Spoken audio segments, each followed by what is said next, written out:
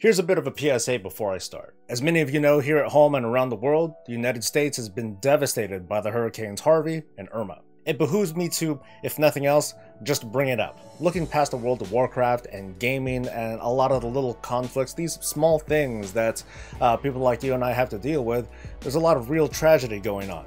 We can all do our small part to help, even if that means something as menial as Facebook likes, but I encourage you to do a little bit more than that. So to help out, I want to give a healthy bump to the Eternal Kingdom Guild over on US Proudmoore. Eternal Kingdom is a coalition of guilds, but more importantly, they're trying to raise money to help out victims of Hurricane Harvey, and probably Irma too. They plan on doing a 12-hour streamathon to host anybody's Mythic Keystone. It starts on September 16th at 12 PM Pacific, so that means tomorrow. So if you want to be part of the fun and antics, I'm going to provide links below so you can be a part of this whole Keystone carrying shindig. Links below are also going to be available if you wanted to donate. Proceeds are going to Direct Relief, who are then going to direct relief to where it's most needed. As of this recording, with their $2,500 goal, they are currently at $800. So again, if you want to do your small part and help them out, please give them a look, participate in whatever is going on, or just give them money. If you're not interested in that though, I would at least encourage you to donate to the charity of your choice or just support these victims any way you know how. Thanks for listening. Now let's get back to some cool things like, ooh.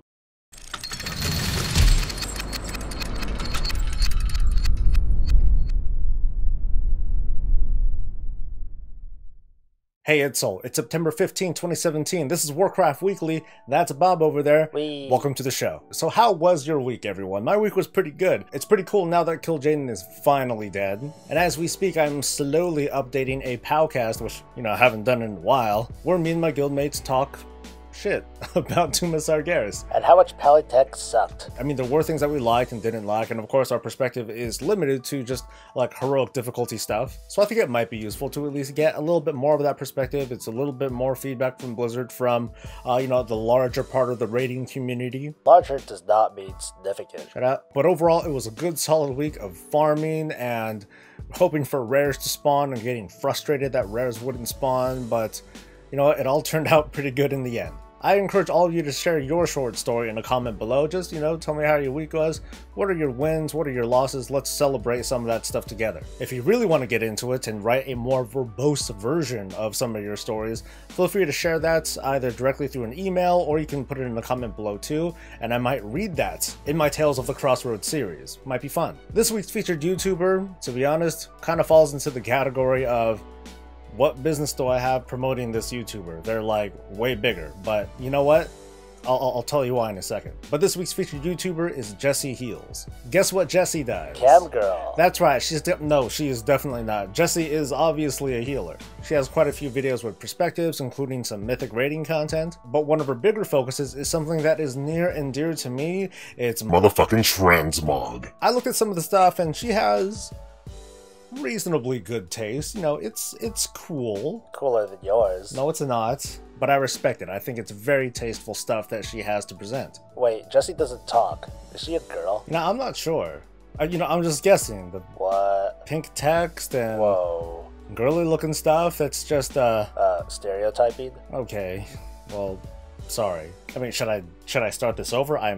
I'm not gonna retake this. You have like 200 jump cuts. Details, alright? Details. Alright, this week's featured YouTuber is Jessie Heals. Jessie Heals does healing perspectives and transmog stuff. Check that person out, and I hope you like them. Good boy. Now you get a banana cake. Asshole. This week on Wednesday, Blizzard hosted a special event to commemorate the sale of the virtual ticket. They had a show, they had a couple of the usual personalities, they had Mike Moraheim, and they had, well, what sounds like a lot of rehearsed talking. But that's okay. I do gotta wonder though, why? Why did they go as far as doing like this whole live stream kind of thing? Because you sound jealous. I mean, it's cool, it's cool that they showed some stuff off and that they had some personality to put into it, but I mean, they could have just did a press release. They could have done a pre-recorded video and just launched it, along with everything else. Why a live thing? It wouldn't have made a difference. It's not like they're interacting with jealous anybody. Anyway, the virtual ticket is on sale now, and during the pre-show they presented all the little cool things that are going to come in the physical goodie bag thing that you can optionally buy. But I guess more importantly comes the virtual ticket, the ability to watch all this BlizzCon stuff from your toilet. Ooh. So there was a big critique about previous virtual tickets, namely that not all the panels were available on demand. And that's totally fair. It really sucks that, you know, you might hear of something really cool that went down, but no one has a really good recording of it, and, well, they don't really allow, like, full-on video equipment for, like, us just attendees to you know, look at stuff. So for Blizzard to go out and say that they're going to include video footage or, you know, on-demand footage of every panel that goes on forever, I think that's a big plus. But part of me is thinking that they're thinking, like, okay, we want to try to accommodate the people and, you know, respond to this feedback by making these streams available for everyone. That's cool, but it's probably going to cost a lot more to have, like, additional crews and stuff that are making everything available to watch. The obvious way to cover that cost is to either, you know, raise the price of the virtual ticket, or to just get more people to watch.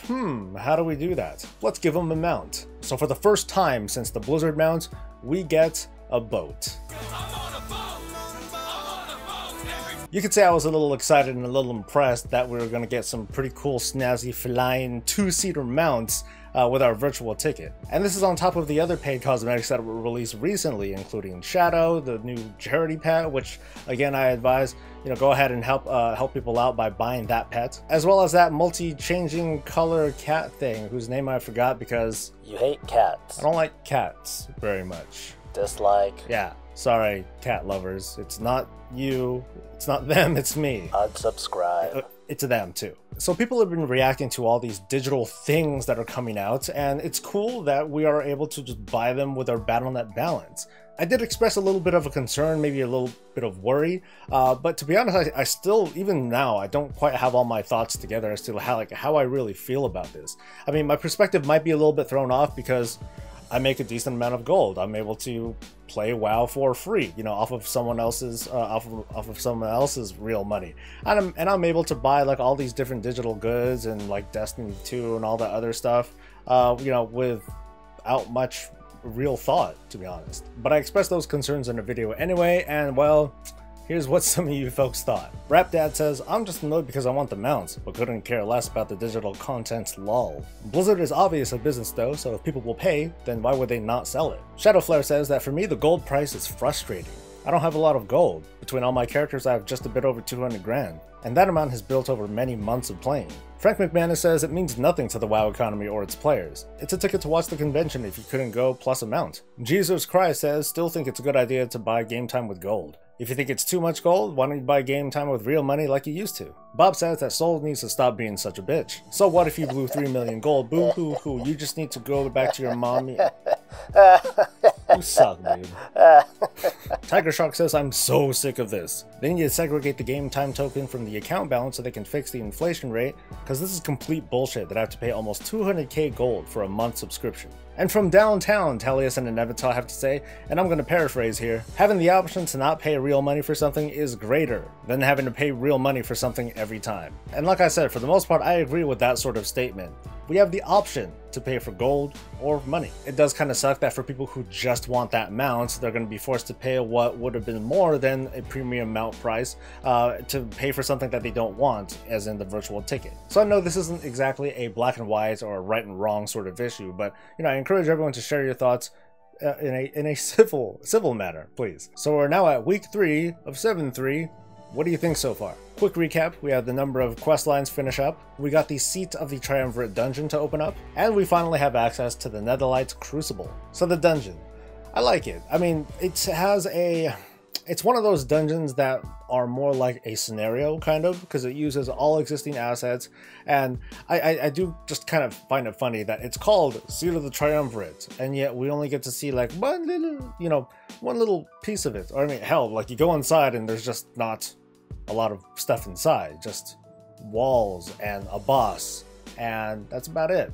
Oh, and a cutscene. A really cool cutscene, by the way. I talked about what this sort of cutscene could mean for the future of the World of Warcraft, and, well, a lot of people were pretty unhappy. They were thinking, like, oh my god, he's gonna bring up new classes? Well, this is stupid. But anyway, here's what people specifically said about it. Laertes104 says, I don't think the cutscene at the end of Seat of Triumvirate has anything to do with a new class or even changes to existing classes. Taylor Massey says subclasses would be neat. Mike's Tarp says another class with Hunter in the name. Are you serious? Insane Apple says, why is Blizzard so obsessed with the Void? They did this story arc with StarCraft and now this. Skirtis says, or maybe she's just a unique character, just like every other NPC in the game. Firewall Division says, I strongly disagree about getting more specs. It forces more imbalances, insanely more imbalances than adding a single class.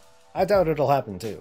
Sean Patton says they're called Shadow Hunters. And Erleandra says, ellipses? Shut up, seriously. That's just cutscenes. How can you make a link between a cutscene and classes just because Ilaria became a Void girl El Mal? So people have mixed thoughts. Surprise, surprise. But you know, part of me wants to think that the next expansion will have nothing to do with any of this stuff. Like, these are all just breadcrumbs that are going to lead up into like something very, very big somewhere down the line off of the, you know, off of the cutoff of my hand, you know, something very far away. It makes me think of Mists of Pandaria, which was like the big surprise of World of Warcraft thus far. Oh, it's like we just came off saving the world from Deathwing. What's gonna happen next? Oh, ta-da, a new land revealed itself.